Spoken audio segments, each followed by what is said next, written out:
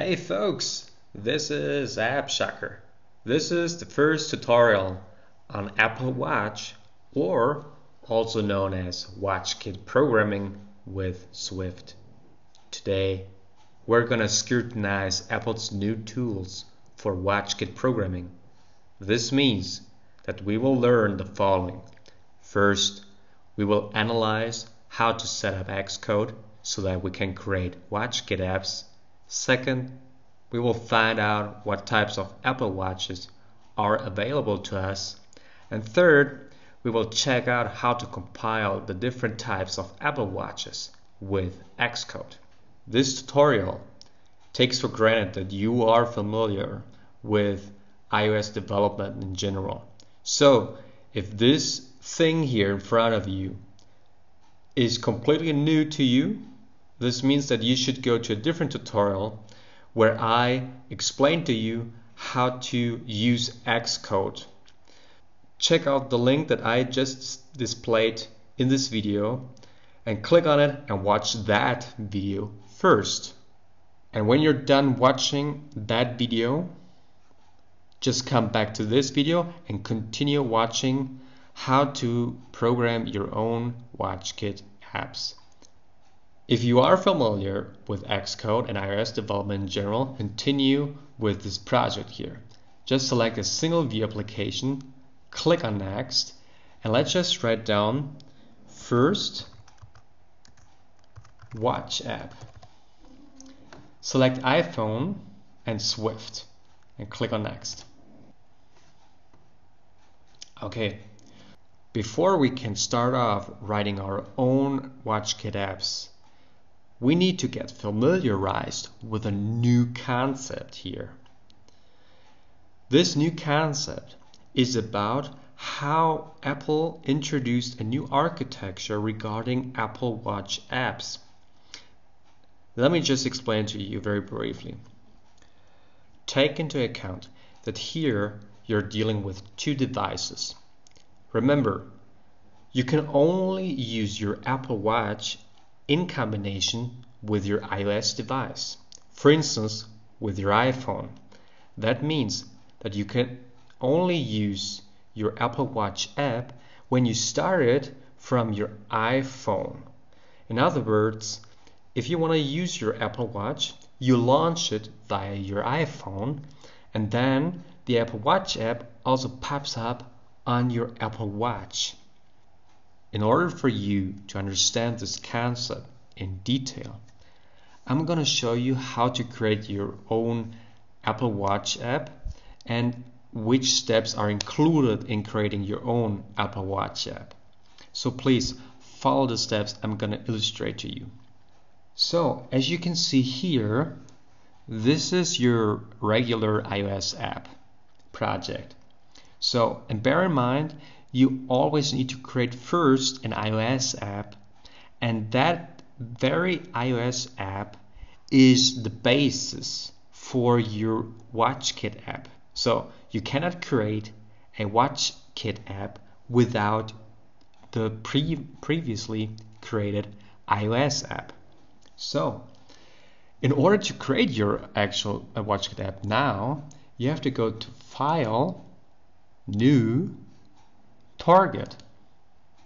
So, and here it comes. As you can see here, now you can select a WatchKit app. Click on Next here, and let's just assume that we also want to know more about what is a notification scene and a glance scene. Now just click on that too and click on Finish. Okay, here as you can see, it asks you this scheme has been created for the first Watch app, WatchKit app target. Choose Activate to use this scheme for building and debugging. Let's just activate that. Okay, good. So first of all, as you can see up here, that we have a different target. Namely, we have our first Watch app, WatchKit app target. So let's just compile this here and check out what we actually got. So it was built and Xcode says it's running, but we don't see anything here.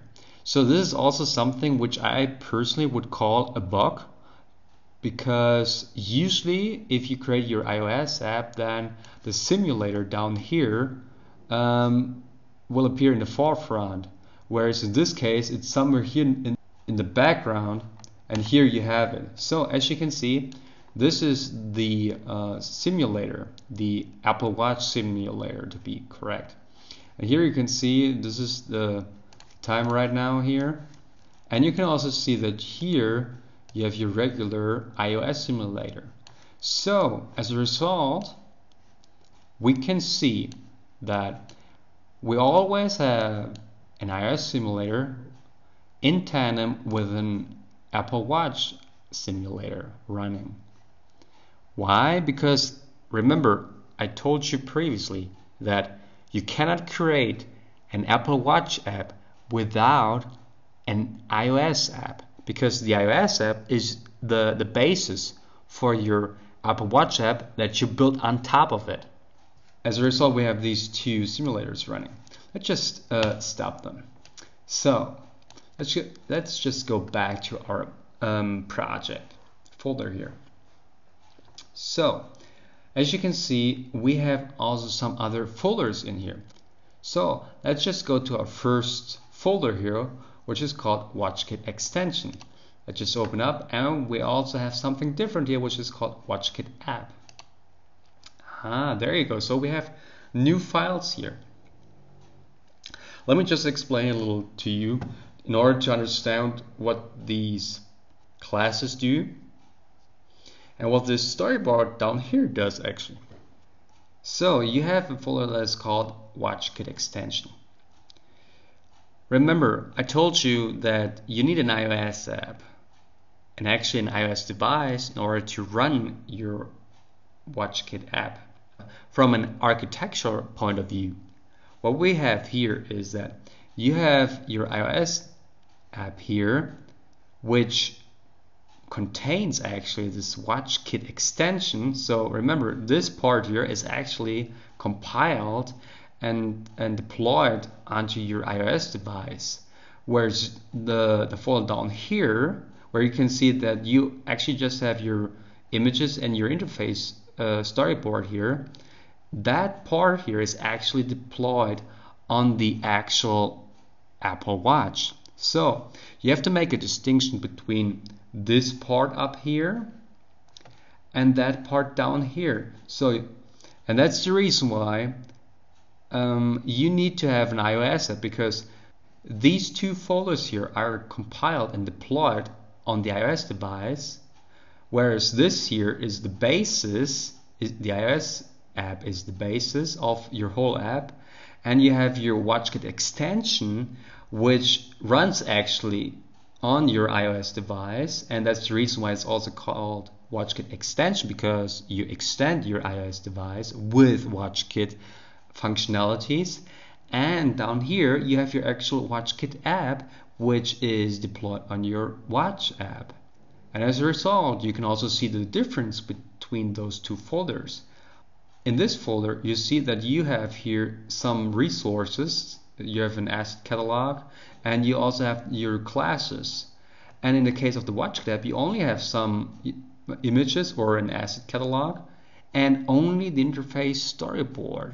So here you have logic and some resources, and down here you just have the interface and some resources.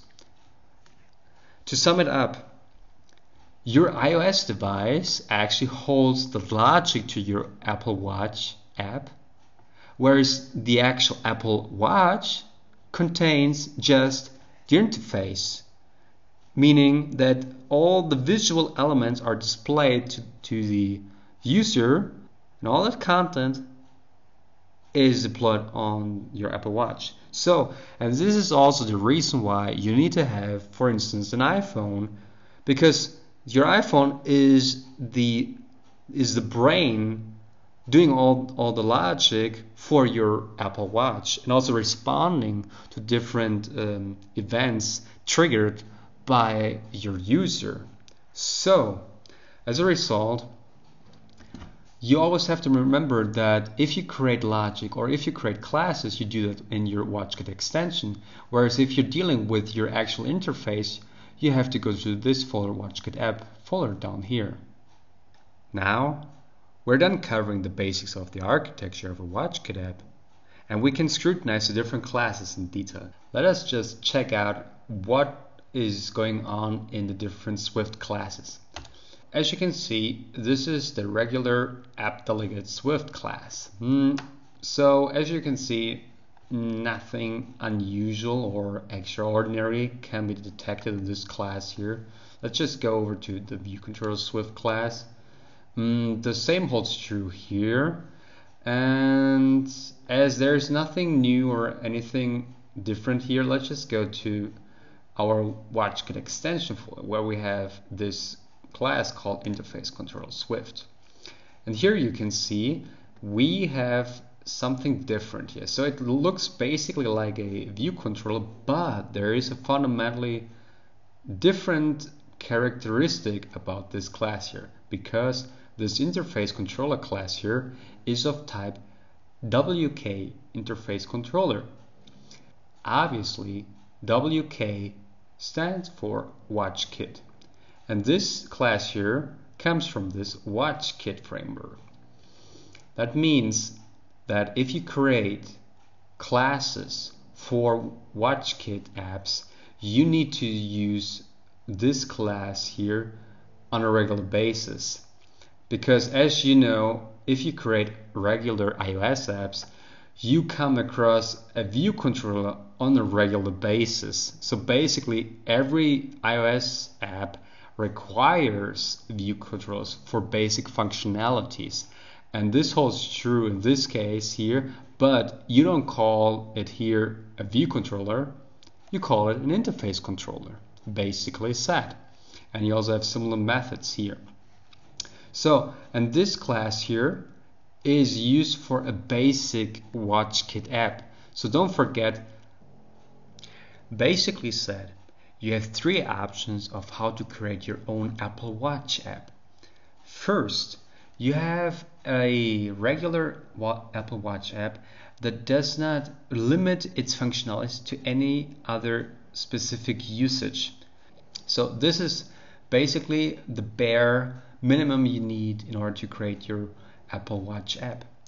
The second one here is basically an app that will illustrate some information. For instance, a very short news that pops up and is displayed to you on your display, and you can interact with it in a very relatively limited way, meaning you can just click on, for instance, an OK button that you receive this information, and then you're done. Whereas a Glance Apple Watch app is a read-only app, meaning you create an app that displays some information to the user without the user interacting with it. For instance, you may create an Apple Watch app that counts the amount of steps that a user walks every day, and you display this information to the user, for instance, at 11 p.m. And as a result, this user does not have to interact with that information because you simply updated the user on his steps walked for that particular day. As you can see, we have these three different types of Apple Watches, and in order to test and to compile the different types of Apple Watch apps, you need to know that you have to specify different schemes for each one. So let's go just up here. Here you see the name of our app, which is First Watch app, and WatchKit app. This is the basic scheme generated when you create a WatchKit app. However, in order to use the different ones here, the different types of Apple Watches, namely a notification or a glance app, you need to create different schemes for them. So, and how do you do that? Simply by here, you have this here selected, namely WatchKit app, and you click on Edit scheme. Here you see something down here which is called duplicate scheme. Let's just do this here. Now we duplicated that here, and here you see that we have the name, or to be more precise, the title of this scheme here. It's called copy of first watch app. So because that does not sound that good at all, we just erase this here. Let's just call it after the name of this type of Apple Watch, which in this case is notification. So let's just erase this here, and let's just write notification and dash. Okay. Now let's just close it, and let's just check it out. Here you see we have a different scheme. However, let's go back to that one again, because we haven't created any for our glance app at all.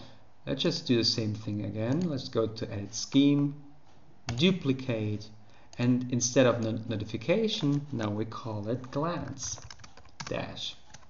Oh, that's okay so far. Just close it. So as you can see, now we have our different schemes. However, we still haven't looked at what the different Apple Watches look like. So let's just go to our interface storyboard here. As you can see, here you have the visual representation of each type of Apple Watch app. So remember, previously I explained to you that this here is our interface, or the basic Apple Watch you always create. So as you can see, here we have our interface controller, meaning this class here is responsible for this type of watch here. And here, this is the glance interface, and you see this here, this class, glance control Swift, is responsible for that here. And down here you have our notification app here, and this class is responsible for these two here. Let us just check out very briefly what we have at our disposal regarding the UI elements we can use with our Apple Watch. So here you can see we have an interface controller, a glance interface controller, notification interface controller, a group, table, image, separator, button, switch slider, label, date, timer, map menu, and menu item. So you see we have a relatively limited set of UI elements, and actually, as you can see, we don't have any UI text field, which also surprised me, because usually a text field is also a very important UI element you use for many different types of use cases, but in this case you don't have any. That's kind of interesting, but well, I think Apple also thought about that some people may not even be interested in typing any data in a UI text field. But this is just up to Apple. I don't know, I just make some assumptions based on the limited set of UI elements we have here. So, but in order to use them, it's basically the same as in the case of an iOS app, meaning that you just take one UI element, for instance in this case this button, you drag it and you drop it on top of it, and boom, there you go, you have it here. Let's just compile this here. This is that scheme, and let's just run it. It's building, now it's running. And don't forget, you have to check out where is your simulator. It's always in the background. And here you see, this is our first button. This is the one that we created. Just click on it and nothing happens, obviously. Now we know what it looks like if we just create a very basic Apple Watch app, meaning using the default scheme for it, namely in this case first watch app, WatchKit app. Let's just check out what it looks like if we create, for instance, a glance WatchKit app. However, in this case we still need to do something, meaning let's just go to edit scheme. Here we also have to specify that this scheme here, glance WatchKit app, actually also executes the glance target. Okay, so you have to do this here. Close. Let's just go to the notification scheme too and edit this here too. If we didn't change the executable, we would get the default Apple Watch app, and we wouldn't like that in this case, obviously. So we have to change it to notification. Just click on close, and now everything is set. If we also want to find out what it looks like if we create a notification app, let's just go over here, select the different scheme, notification. Let's just run it.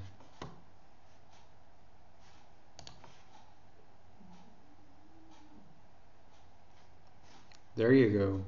So you see it looks quite different. So let's just close it here. And as you can see, the different schemes also produce different types of Apple Watch apps for the different purposes. And furthermore, as you can see here, this is the Apple Watch 42 millimeters. Let's just go here. If you click on the iOS simulator up here, let's just go to hardware, external displays, and there you go. Here you see that there are two types of Apple Watches, meaning two types of sizes. So if you click on Apple Watch 38 millimeters, then you get your iOS simulator here. I just create it here again, just compile it. Here you get the same result, but on a smaller display. This was the first video on WatchKit, also known as Apple Watch app programming with Swift.